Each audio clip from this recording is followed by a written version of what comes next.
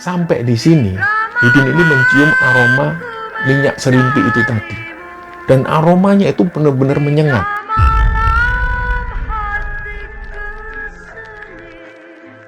Seketika itu juga Didin ini melihat Bu Endang ini masuk ke arah makam itu. Sampai menuju ke tengah pemakaman. Tiba-tiba di jam 10 malam, ibunya ini bangunin Didin. Dengan tergopoh-gopoh, Din, innalillahi Din. Kenapa Bu? Ibu ini ngagetin aja.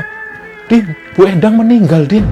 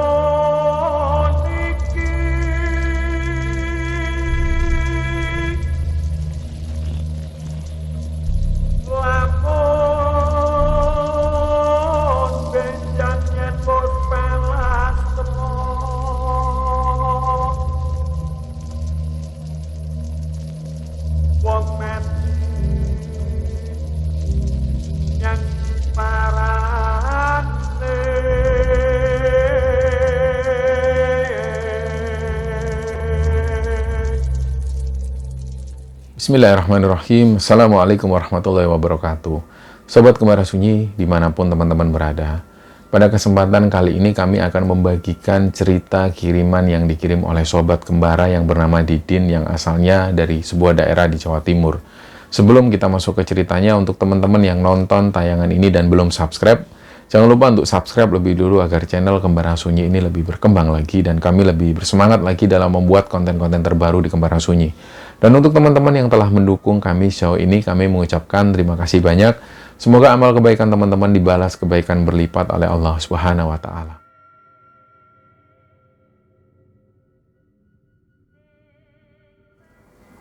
Ya, Didin ini tinggal di sebuah perumahan. Tapi perumahan ini mirip seperti perkampungan karena perumahan di sana itu padat penduduk. Nah, setiap tahun Didin dan keluarga ini selalu menyempatkan untuk pulang ke rumah saudara-saudara ayahnya yang ada di Nganjuk, Jawa Timur. Tapi pada tahun itu, di sekitar tahun 2017, karena Didin ini dapat banyak pesanan, dia akhirnya di Idul Fitri kali itu dia nggak bisa pulang bersama keluarga. Jadi dia bilang ke bapak dan juga ibunya, Didin ini akan nyusul. Jadi keluarga Didin berangkat lebih dulu 3 hari menjelang hari raya menuju ke Nganjuk. Nah, yang dilakukan Didin ini, dia punya pekerjaan-pekerjaan kerajinan tangan yang dia jual bersama teman-temannya, dan kali itu ada pesanan dari perusahaan. Dan perusahaan ini minta supaya pesanan-pesanan itu dikirim selepas hari raya. Karena begitu perusahaan ini masuk kerja lagi, aktif lagi, kerajinan tangan ini akan diserahkan kepada karyawan dan juga pimpinan perusahaan sebagai buah tangan atau kenang-kenangan. Jadi dari situlah akhirnya Didin ini nggak bisa pulang, nggak bisa mudik lebih dulu bersama keluarganya. Dia di rumah sendirian. Nah, seperti yang dikatakan di awal bahwa di perumahan ini padat penduduk. Tapi karena waktu itu adalah menjelang Lebaran, jadi sudah banyak tetangga-tetangga Didin ini yang sudah pulang kampung. Bisa dikatakan di bloknya Didin sendiri ini ada sekitar 12 rumah. Dan itu hanya tersisa 3 rumah yang masih ada orangnya. Nah, satu di antara rumah yang masih ada orangnya ini adalah seorang ibu-ibu yang biasa orang-orang memanggil beliau dengan panggilan Bu Endang. Bu Endang ini sudah lama sakit. Beliau itu mengalami sakit komplikasi. Salah satunya adalah diabetes parah. Di bagian kakinya itu sudah mengalami luka dan lukanya itu sudah terlihat sangat menjijikkan. Dan selain daripada itu, anak-anak Bu Endang ini nggak tahu kemana. Jadi selama ini Bu Endang itu diurusi oleh salah satu saudara dari Bu Endang yang rumah mereka itu jaraknya sekitar 5 kiloan lah dari sana. Jadi setiap pagi dan sore hari Bu Endang ini dikunjungi oleh seorang perempuan, anak dari sepupunya Bu Endang. Dia ini ke sana ngantar makanan dan ngecek kondisi Bu Endang. Jadi pada saat itu Bu Endang ini masih ada di sana, dan setelah keluarga Didin ini berangkat sampai di Nganjuk, mereka telepon. Yang waktu itu telepon adalah ibunya Didin. Ibunya Didin ini tanya ke Didin, "Nak, itu stok makanan masih banyak enggak? Kalau memang sudah menipis, kamu beli dulu di supermarket. Biasanya kamu lapar malam-malam itu." Terus yang kedua, ibunya Didin ini menjelaskan, "Coba kamu sekali-sekali sebelum kamu berangkat ke sini, kamu ceklah itu Bu Endang, kasihan." Nah, biasanya memang ibunya Didin ini sekali waktu memang sering mengirim makanan dan ngajak ngobrol Bu Endang. Karena beliau ini kasihan sama Bu Endang, nggak ada yang ngajak ngobrol. Jadi setelah dapat pesan itu dari ibunya, Didin pun hanya bisa menyampaikan, "Ya Bu, kalau sempat, ini Didin aja mau keluar aja nggak sempat karena kerjaan juga numpuk." Nah, singkat cerita, di hari raya itu, Didin ini sholat Id. Di situ ketika dia pulang, yang ketemu, dia ini hanya ketemu dengan tetangga-tetangga yang dekat. Dia sempat mengucapkan selamat Hari Raya Idul Fitri dan kemudian balik lagi. Nah, sekitar jam 10 siang, ada 2 rumah itu yang juga mudik. Jadi biasanya mereka ini mudiknya itu setelah sholat Id. Jadi dari situ yang tinggal di bloknya Didin ini hanyalah Didin dan juga Bu Endang. Singkatnya, hari 2 plus Lebaran itu Didin masih mengerjakan pekerjaannya itu bersama 2 orang temannya, dan baru sekitar 5 hari setelah hari raya itu barulah pekerjaan ini semua selesai. Didin dan teman-teman mengantarkan langsung pesanan ini menuju ke perusahaan yang dimaksud. Setelah sampai sana dia balik lagi dan ngabari ke orang tuanya bahwa malam itu kalau nggak ada halangan, Didin akan langsung jemput mereka ke Nganjuk. Jadi sekitar sore hari Didin ini sudah siap-siap, semua barang sudah dikemasi, karena sebelumnya keluarga Didin ini berangkat naik angkutan umum, jadi waktu itu Didin lah yang bawa mobil. Sekitar jam 8 malam, dia ingat bahwa temennya itu mau ke sana menyerahkan pekerjaan. Ada pekerjaan susulan berupa desain yang harus diserahkan hari itu juga, supaya keesokan harinya ini nggak ribet lagi, karena temennya ini juga belum mudik. Jadi Didin nunggu salah satu temannya ini sampai jam 9 malam. Barulah sekitar jam 10 malam temannya ini datang, menyerahkan desain itu di dalam flash disk. Setelah desain ini dipindah, barulah temannya ini pulang dan Didin berangkat. Nah, pas waktu Didin ini mengeluarkan mobil, tiba-tiba dari spion itu Didin melihat Bu Endang itu keluar. Jadi dari gelagatnya itu kayaknya Bu Endang mau menuju ke rumah Didin. Didin pun keluar dari mobil, dia tanya, "Mau cari siapa Bu Endang?" "Din, bisa nggak ngantarkan ibu pulang?" Terus Didin ini sempat mikir sebentar. Ini kalau ngantar Bu Endang lebih dulu, pasti akan terlambat lagi. Tapi Didin tahu kalau rumahnya Bu Endang ini asalnya dari Jombang. Nah, kalau Didin menuju ke Nganjuk, otomatis dia melewati daerah Jombang. Setelah itu, setelah dia mikir sejenak, barulah Didin bilang, "Oh, ya sudah Bu Endang. Bu Endang kok nggak bawa apa-apa? Sudah gini aja, Din, nggak apa-apa, Din. Ya sudah Bu Endang, masuk aja." Lah si Bu Endang ini duduk di jok belakang. Mobil Didin ini sedan. Jadi dia duduk di jok belakang, dan setelah itu berangkatlah si Didin ini. Dalam perjalanan itu, Didin ini mencium aroma yang aneh. Yang pertama, aroma ini agak busuk. Didin tahu bahwa kaki Bu Endang ini memang luka. Tapi ini nggak biasanya, karena setiap hari kaki Bu Endang itu selalu dibersihkan oleh keponakannya itu. Tapi kali itu, baunya ini luar biasa, sampai Didin ini terganggu. Akhirnya yang semula dia ini pakai AC, AC-nya dimatikan, jendela dibuka, supaya aliran udara ini bisa keluar masuk. Nah, di sekitar perjalanan sekitar hampir 1 jaman, Didin mulai mencium aroma yang lain lagi. Kali itu dia mencium aroma minyak serimpi, minyak yang biasa digunakan untuk orang-orang mati.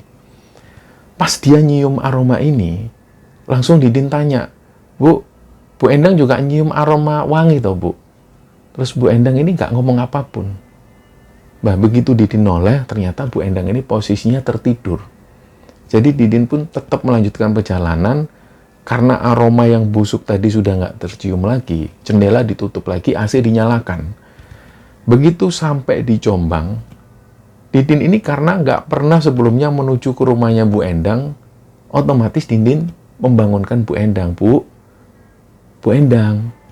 Bu Endang pun bangun, Didin bilang, ini sudah sampai Jombang, Bu. Kalau dari sini kita lewat mana lagi? Nah, Bu Endang cuma ngomong, lurus aja Din, pertigaan belok kiri. Setelah itu Didin lanjut terus melanjutkan perjalanan sekitar hampir 2 kiloan. Setelah itu memang ada pertigaan. Dan Didin langsung belok kiri. Setelah belok kiri, dia nggak tahu lagi mau kemana. Ini lewat mana lagi ya, Bu?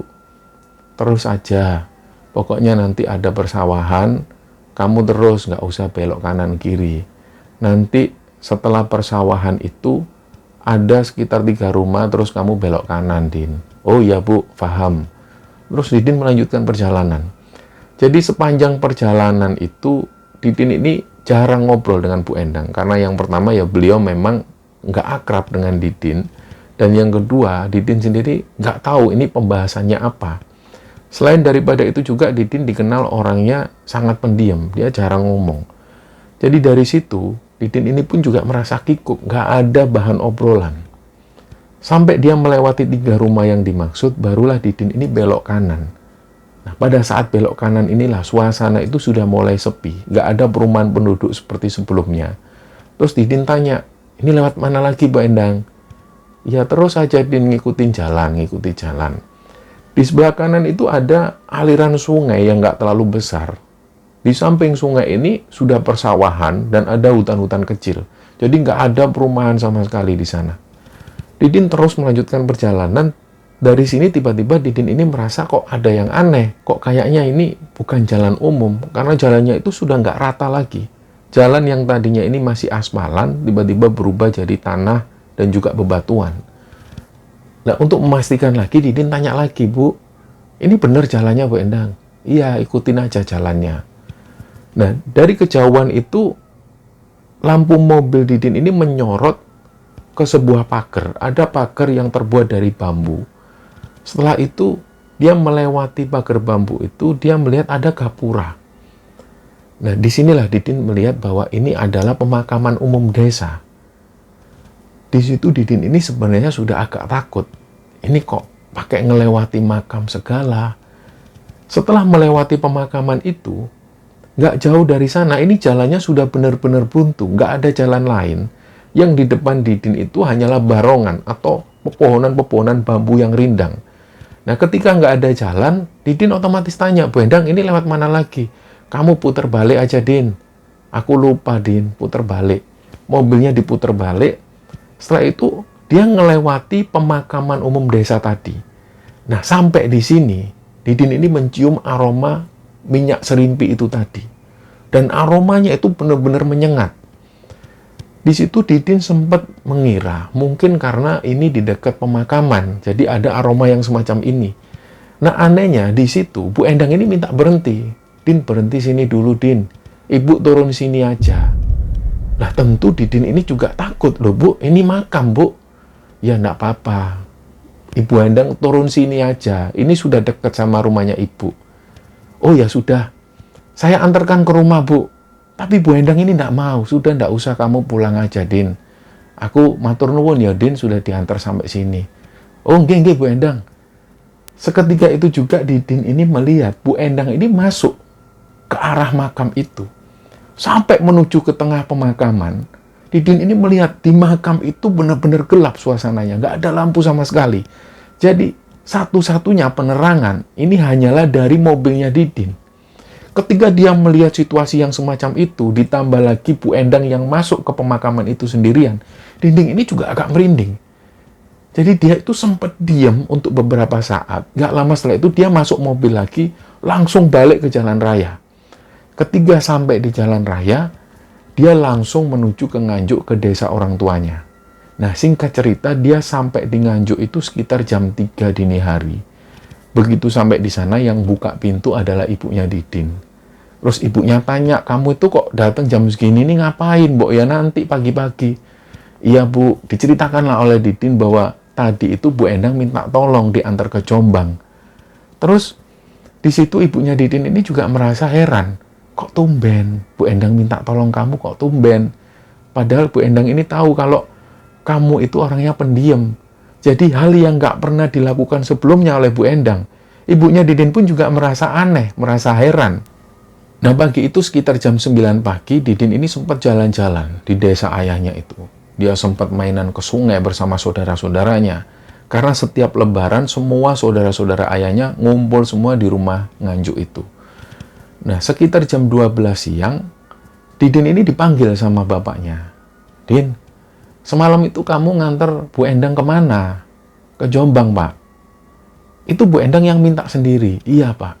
Ternyata bapaknya Didin ini juga merasa hal itu adalah hal yang aneh. Kok tumben Bu Endang kayak gini? Kok nggak biasa-biasanya? Nah, Didin pun akhirnya menceritakan. Lah anehnya itu Pak, Bu Endang ini minta turun di pemakaman. Nah, mereka semua ini juga ngerasa aneh. Yang pertama, kenapa ya Bu Endang kok minta turunnya di pemakaman? Memang semua ini nggak ada yang tahu rumah Bu Endang ini di mana. Mereka hanya taunya Bu Endang itu asalnya memang desanya dari desa Jombang itu. Tapi untuk detailnya rumahnya di mana, mereka nggak tahu karena sama sekali mereka nggak pernah berkunjung ke sana. Jadi ketika dapat informasi dari Didin bahwa malam itu Bu Endang turun di pemakaman dan bahkan masuk ke pemakaman itu, mereka ini semakin merasa kok aneh, Bu Endang ini kok aneh, orangnya penakut. Yang dikenal oleh bapak dan ibunya Didin, Bu Endang ini penakut. Kok tiba-tiba beliau itu malam-malam, seperti yang diceritakan Didin, suasana di sekitar pemakaman itu gelap, kok beliau berani-beraninya masuk pemakaman sendirian. Nah, hal itu jadi pembicaraan. Akhirnya malam harinya, sebelum Didin ini tidur, dia sempat makan-makan dulu bersama keluarganya, dan akhirnya dia tidur lebih dulu. Sekitar jam 8 malam dia tidur lebih dulu. Tiba-tiba di jam 10 malam, ibunya ini bangunin Didin. Dengan tergopoh-gopoh, Din, innalillahi Din. Kenapa Bu? Ibu ini ngagetin aja. Din, Bu Endang meninggal Din. Langsung dari situ, Didin ini, innalillahi wa inna ilaihi raji'un. Kapan Bu meninggalnya? Nggak tahu, ini tadi ponakannya baru datang tadi sehabis maghrib. Ternyata Bu Endang ini sudah meninggal. Terus dari situ Didin ini sempat berpikir, berarti dari Jombang Bu Endang ini langsung balik lagi ke rumah. Ya sudah Bu, terus kita kapan pulang? Ya wis besok pagi pulang Din, kasihan Din Bu Endang Din, pasti nggak ada yang ngurusi itu di sana. Karena ibu dan bapaknya Didin ini tahu, Bu Endang ini tinggalnya seorang diri, dia ini sebatang kara. Kalau Bu Endang ini meninggal, siapa yang ngurusi? Sedangkan saudara-saudara di Jombang itu juga, saudara-saudara Bu Endang ini, kehidupannya itu sangat miskin sekali, sangat kekurangan. Nggak mungkin mereka ini bisa menyebut jenazah Bu Endang. Akhirnya, ibu dan bapaknya Didin ini punya inisiatif, besok paginya, selepas sholat subuh, mereka langsung pulang untuk ngurusi jenazah Bu Endang. Akhirnya begitu sampai di sana, jenazah Bu Endang ini pun langsung diurusi oleh orang-orang yang seadanya. Umumnya dari mereka ini belum pulang semua dari mudik, jadi hanya tersisa beberapa orang. Dibantu beberapa orang itu, akhirnya jenazah Bu Endang ini pun sudah dimandikan dan sudah dikafani.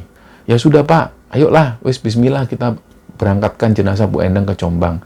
Berangkatlah mereka. Ketika sampai di Jombang, mereka bingung lagi. Waduh, ini rumah Bu Endang di mana? Akhirnya yang ditanya satu-satunya adalah Didin. Din, kamu kemarin ngantar Bu Endang kemana? Oh ya, lewat sana terus Pak, lewat sana. Jadi pada akhirnya Didin ini sampai di sebuah pemakaman. Karena terakhir kalinya Bu Endang turun di situ. Terus pada akhirnya, ketika sampai di sana, mereka tanya ke warga sekitar, Bu, ini jenazahnya Bu Endang, warga asli sini. Oh Endang, anak Pak Mustopo toh. Oh iya, ya Allah innalillahi. Mereka semua itu kaget mendengar kabar meninggalnya Bu Endang. Akhirnya setelah sampai di rumah keluarga Bu Endang, yang terjadi di sana adalah keluarga Bu Endang semua ini nangis.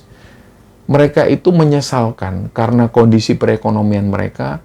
Selama Bu Endang sakit, mereka nggak bisa menjenguk sama sekali dan bahkan nggak bisa mengurusi Bu Endang yang sedang sakit.